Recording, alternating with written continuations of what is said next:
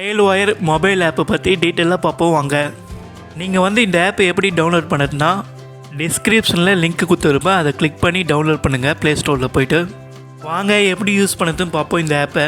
நீங்கள் இந்த app use பண்ணுறதுக்கு கேபிள் ஆப்ரேட்டரை கான்டாக்ட் பண்ணி உங்களோட இமெயில் ஐடி பாஸ்வேர்டெலாம் வாங்கிக்கோங்க.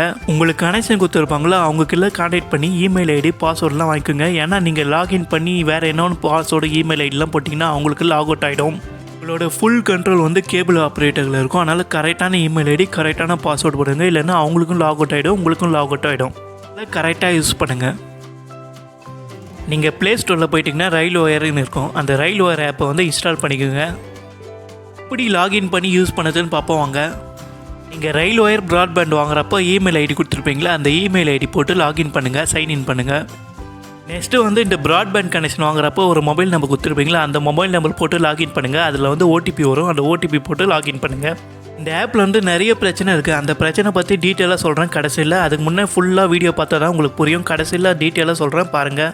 அதுக்கடுத்தது ஓடிபி போட்டு லாகின் பண்ணிட்டோன்னே அடுத்தது உங்கள் பேர் போடுங்க, அடுத்தது நீங்கள் மேலாக ஃபீமேலாக போடுங்க, அடுத்தது உங்கள் ஃபோன் நம்பர் போடுங்க, உங்களுக்கு உங்கள் இமெயில் ஐடி போடுங்க.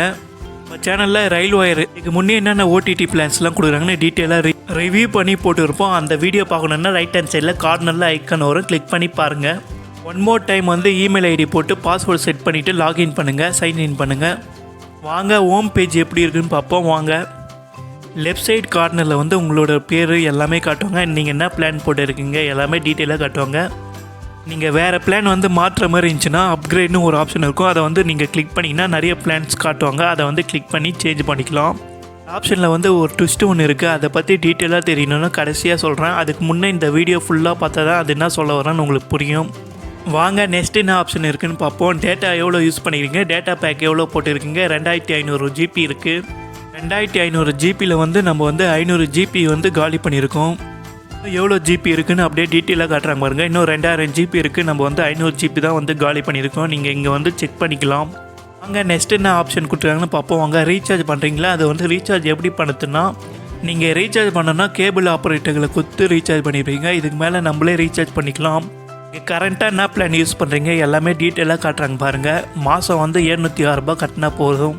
நம்ம இதுக்கு முன்னே என்ன பிளான் யூஸ் பண்ணமோ அந்த பிளான் வண்டி தான் ரீசார்ஜ் பண்ணி யூஸ் பண்ண முடியும்.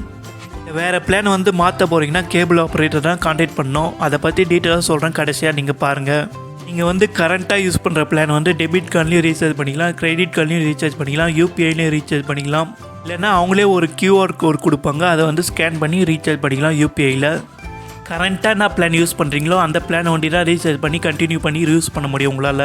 நீங்கள் வேறு பிளான் மாற்றட்டுனா வந்து கேபிள் ஆப்ரேட்டரை கான்டாக்ட் பண்ணி வேறு பிளான் வந்து நீங்கள் வாட்ஸ்அப்பில் மெசேஜ் அனுப்பிச்சிட்டு மாற்றிக்கலாம், சேஞ்ச் பண்ணிக்கலாம். அடுத்த மாதத்துலேருந்து இந்த பிளானே நீங்கள் கண்டினியூ பண்ணதுன்னா நீங்களே இந்த ஆப்பில் வந்து ரீசார்ஜ் பண்ணி யூஸ் பண்ணலாம்.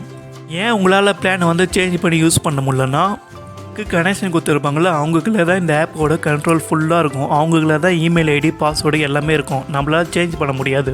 கரண்ட்டாக என்ன பிளான் யூஸ் பண்ணுறோம் எல்லாமே வந்து அந்த கேபிள் ஆப்ரேட்டருக்கு வந்து தெரியும், அவங்களால தான் பிளானை வந்து சேஞ்ச் பண்ணி யூஸ் பண்ண முடியும். ஏன்னா நம்மளோட லாகின் ஐடி எல்லாமே அவங்க வச்சுன்னு இருப்பாங்க.